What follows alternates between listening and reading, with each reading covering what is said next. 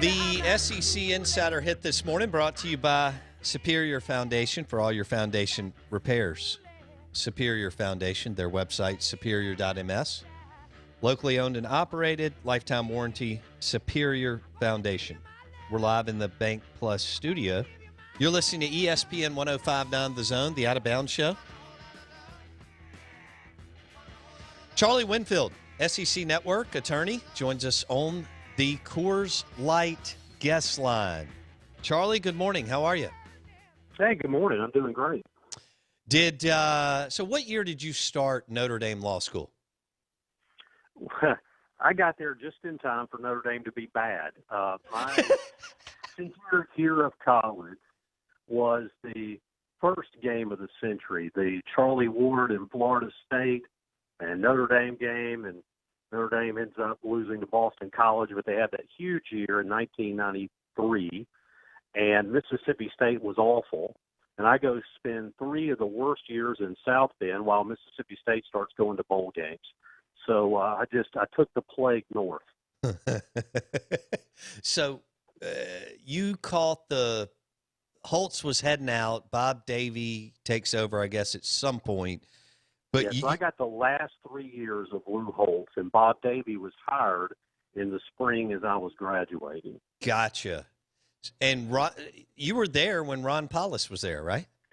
I was there, in fact, for Powlus's freshman year, and the Notre Dame student paper before the Notre Dame-Michigan game that opened that season had the headline, "The Messiah," and it had a picture of Ron Powlus.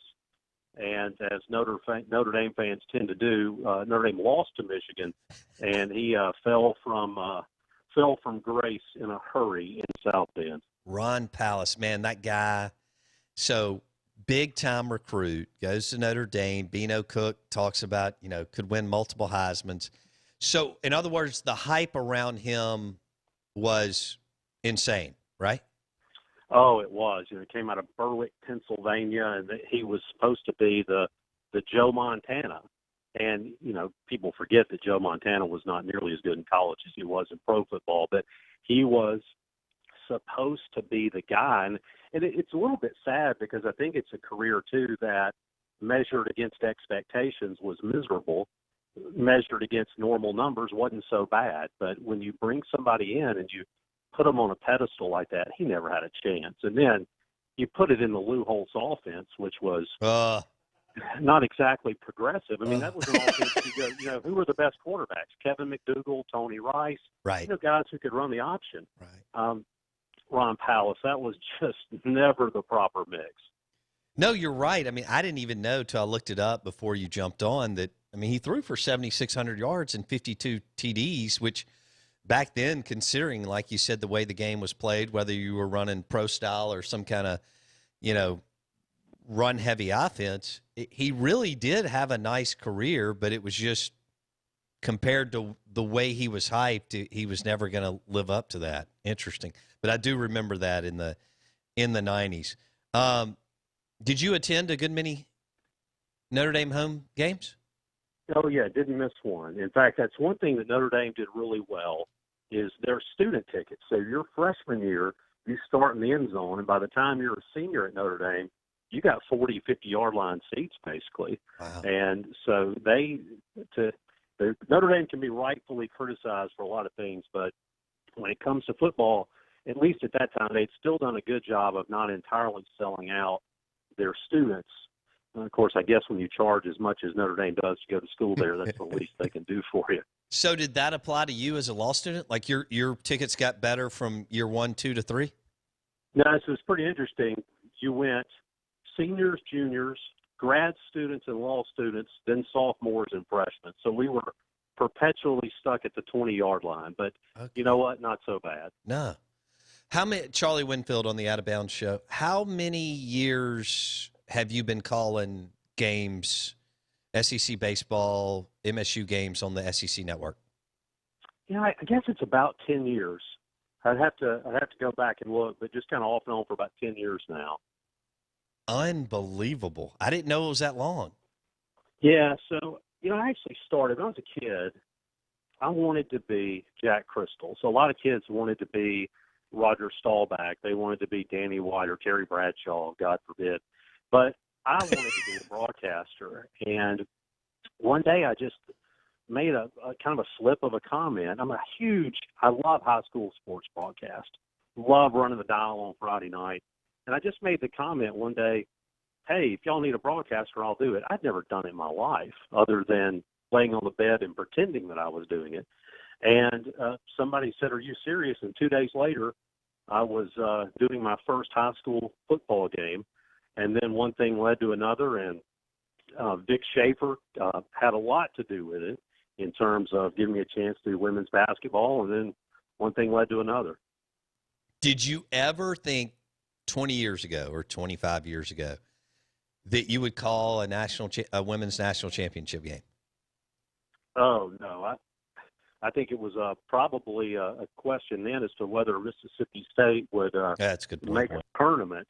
And then you add to that, it's interesting because if you go back, there's so many people now who are big women's basketball fans because of the success that Mississippi State's had over the past 8-9 years, who never would have even thought about going to a game. And all of a sudden now they don't miss. And so Mississippi State has done a great job of devoting resources to that sport. And then, when Vic Schaefer leaves, going out and hiring another top-level elite coach. So they've built a sport. People have embraced it. And, yeah, I was lucky to be there for the Connecticut win, the Morgan Williams shot, and then the couple of championship games. So it's been quite a ride. Blake, you have a question for Charlie Winfield? Yeah, Charlie, Blake Scott here. So you may not know this, but I'd called high school football. I kind of started the way you did, where I fell backwards into it, and then I called Mississippi Braves baseball. Can you talk about maybe one or two of your favorite calls? And I know that it's not always necessarily the biggest moment, although sometimes it is, and I've never called a moment like you have, obviously, in the national title game. But from biggest moments to maybe funniest instances or just memorable calls, can you kind of go through maybe a couple of those more entertaining ones that you can think of? Oh, yeah, absolutely. So it would be really difficult to think of a bigger moment than Morgan Williams making the shot against UConn. And now the sad part is that my entire contribution to that broadcast was screaming, Bulldogs win, Bulldogs win. I shouldn't have even been talking. You don't want your color guy jumping all over you. But that's one of those instances where I don't even apologize for it, because just the raw emotion, the sheer improbability of it, you figure you're due one of those a career, right? Then, doing baseball, you come back, and I used to talk all the time that when you're doing, I feel I've probably done 3 dozen or so Mississippi State play-by-play games on the radio when Jim Ellis was doing basketball. And now and then John Cohen would come sit with you. And the thing about John Cohen is John Cohen would say, well, you're about to get a ground ball to third. And sure enough, you get a ground ball to third. It was just uncanny. It was almost like the Tony Romo type deal of a football game. And so I remember saying, Brent Rooker was early in his sophomore year. And I said, in effect, this is a guy who ought to hit double-digit home runs. He doesn't have one yet. This is going to be the time. And the next pitch, Rooker hits one out. So that was kind of cool, just from the joy of it. And then probably the other one goes back to just a high school football game, having a chance to call my son's team winning a state championship game on a goal line stand on fourth down. That's pretty cool. That was a pretty big moment for me. Charlie Winfield called MSU baseball, women's hoops, among other sports. He joins us on the Coors Light guest line. You're listening to Out of Bounds on ESPN 105.9 The Zone. Okay, I got to go back to the Morgan Williams call. So, Final Four, UConn's on that. What was the streak, 112 or something? 111. Yeah, it's 111, yeah. 111. Did you struggle not to freak out too much? I mean, it was probably like a combination of an outer body experience and what the hell's going on, right? And, it's pretty interesting because I am a guy typically on broadcast who kind of checks my emotions at the door and just tries to do the job. One of the things that I do not like, and a lot of people do like, but a lot of broadcasts now are just so over the top. 3rd and 2 in the first quarter just isn't a big deal to me. You listen to some of these guys, though, and it's, like the end of the championship game. And so I try to stay pretty level, and that goes back to, who are the people you grew up listening to, Jim Ellis and Jack Crystal and those guys who were real pros. And that game, I had kept it. I had turned my emotions off until that shot went in. And then I just couldn't, at that point, you just couldn't contain it anymore. But I'll tell you, probably even harder in terms of staying at that level is you come back the next year and you lose to Notre Dame on a buzzer beater shot that goes in. And I think you talk about kind of the challenges of staying calm when things go good. It's pretty tough not to turn just negative and sour when things go bad. And I'd say that's probably even a bigger challenge, is because as a Mississippi State fan, you hurt. I mean, it was just awful, but you still have a job to do, and that's probably the tougher job. When Morgan Williams hit that shot in Dallas a couple of years ago against UConn, I figure you did, but you're also focused on the game. So Dak was in the arena. Oh, yeah. Okay, so I guess you knew that one, too. Where was he as far as proximity to you? He was directly across from us. So Okay. basically, anytime I was looking straight ahead, he was directly in my eyesight. Basically the same level, straight across from me. Okay. How would you, now that you've had some time, how would you describe the talent differential between those two teams, Charlie? Well, I'm a little bit of an outlier on this. A lot of people, I know the ESPY Award that year went to, Mississippi State for the biggest upset. And what I said was, truth be told, that game wasn't the upset it was made out to be. There were some really, really good basketball players on Mississippi State's team. Victoria Vivians, Tierra McCowan, we're talking big-time basketball players. And I honestly go back, look, UConn gets whoever they want. They're supremely coached. But I've always said we probably sold short a little bit just how talented Vic Schaefer's teams were. They weren't the high five-star recruits. But, in women's basketball, if you think back, Bo, to football 25 years ago, you could go find a Greg Favors. You could go find the guy who was a little bit too light, a little bit too short, that just nobody knew about. And you develop them, and all of a sudden they're very high-end talent. And Vic Schaefer had an eye on women's basketball. You can still do that. You can still go find the player who maybe didn't have the AAU opportunities that other people had.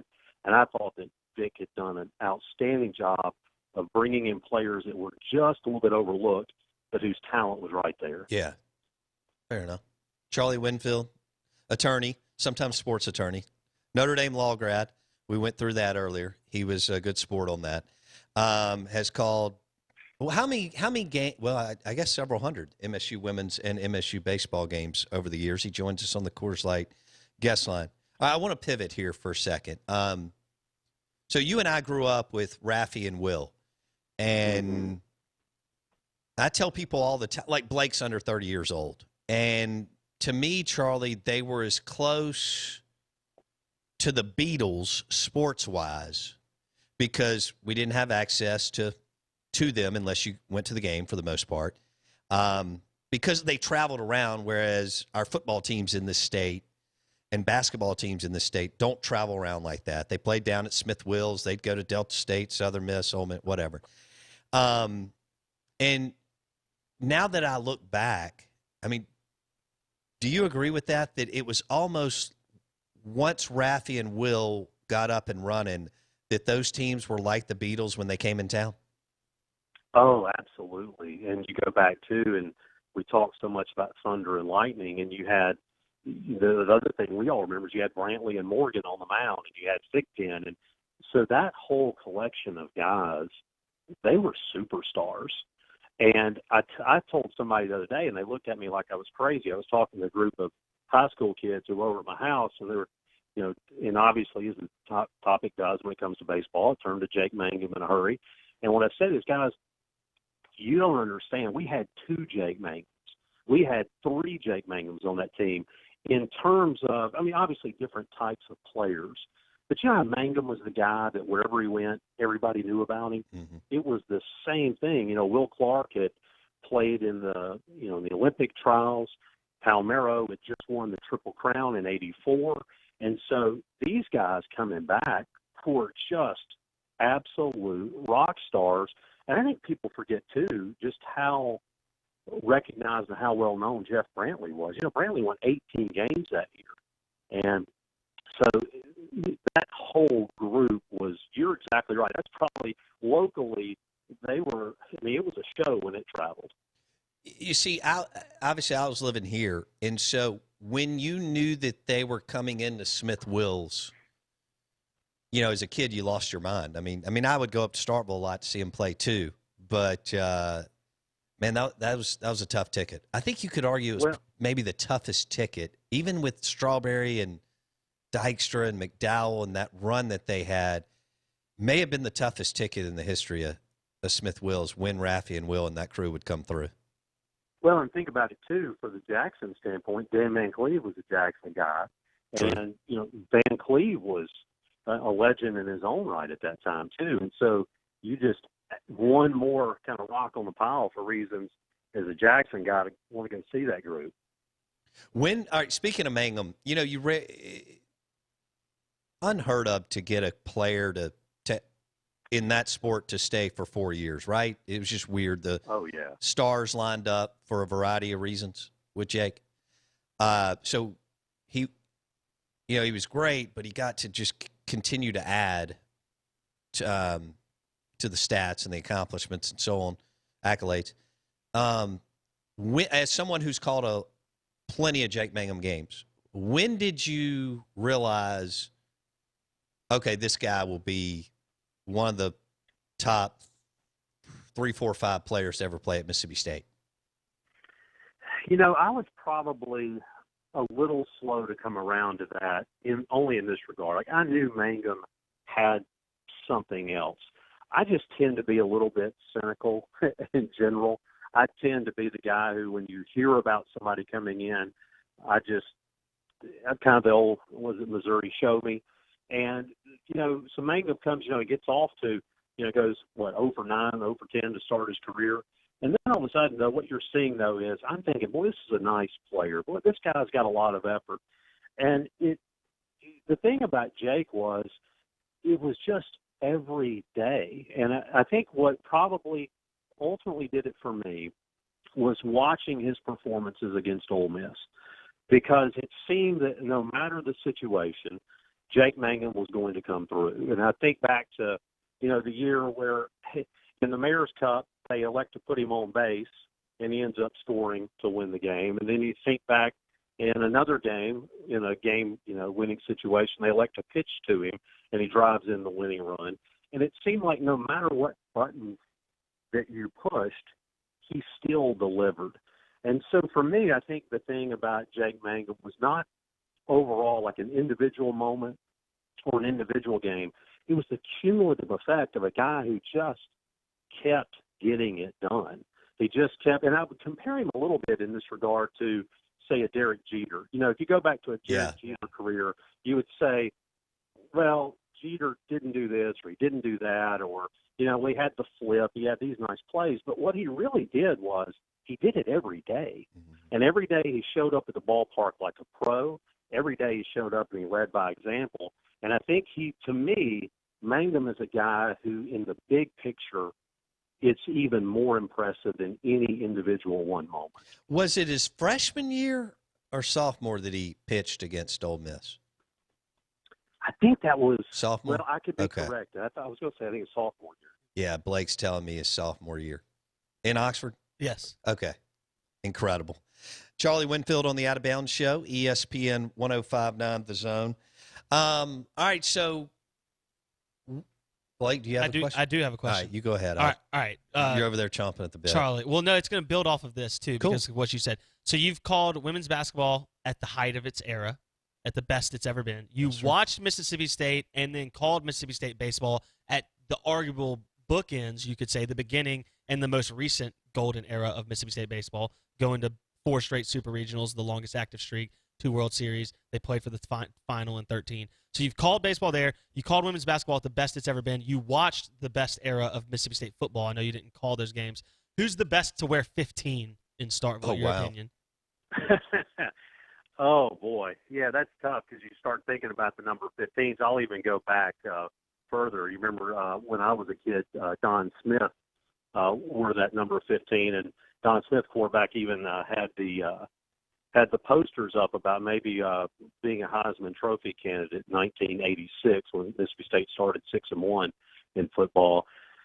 You know, that's it'd be really tough to argue against Dak just because what he did in terms, go back to something we talked about earlier, measuring somebody against expectation, measuring a program against expectation. And you look at when Mississippi State was the number 1 in the country and football goes to an Orange Bowl, you start talking about what somebody did against expectations per program. I'd be tough to find somebody who's elevated the team more. Agree. I agree with you. Well, all right. So I know you've missed calling some games this spring and summer. Oh, killing me. Yeah. Well, that's all of us. Foscue and Westburg, man. Well, I've only got about a minute here. They're going to go in the just depends, I guess. Westburg maybe the first, but it looks like second, I guess worst case scenario, third for one of them. A lot of what might have been, Charlie, for those two guys because of what they've already accomplished as a freshman and sophomore. Yeah, and, I heard your perfect game analyst earlier talking about him. I thought he hit it dead on. Westberg's a guy who's just measurables. Baseball, there's a whole lot of guys in baseball look a lot like you and me, guys who know how to work a computer or talk, study the analytics. And Westberg's analytics, the exit velocity, the upside potential that he has is incredible. Foscue, in a year and a half, he did not have back-to-back games without a hit. He was just, I think John Cohen used the word one time, hittish. I mean, he just kind of got hit. Wow. And if you go back last season and this season, did not have a time where he had back-to-back games going hitless. I mean, think about that. In an SEC weekend, it's real easy to go home 0 for 8, 0 for 9. Sure. Never did it. And that's the thing about Foscue. Maybe not as flashy athletically, but, man, the guy can hit a baseball, and I think he's got a real future. Charlie, we enjoyed it, man. Hope you're doing well. We'll catch up again soon. That sounds good. Thanks, guys. Charlie Winfield on the Out of Bounds Show, ESPN 105.9 The Zone. Charlie joined us on the Coors Light guest line, MSU basketball and baseball broadcaster, both on the radio and SEC Network. Man, he's called some big games and games with some super, super talented players. Major League Baseball draft, Blake, Wednesday and Thursday. And we'll see what happens with Servideo, Keenan, Foscue, Westberg, and JT Ginn. Hey, thanks for listening to the show. Check out our YouTube channel, Out of Bounds Sports. We hope that you'll subscribe. The show was brought to you by Went McGee, the Mortgage Man. He'll shop the best rates for you. MortgageManMS.com. Also presented by Eye Care Professionals and Dr. Kirk Jeffries and the team on Lakeland Drive. Eye Care Professionals. See you tomorrow.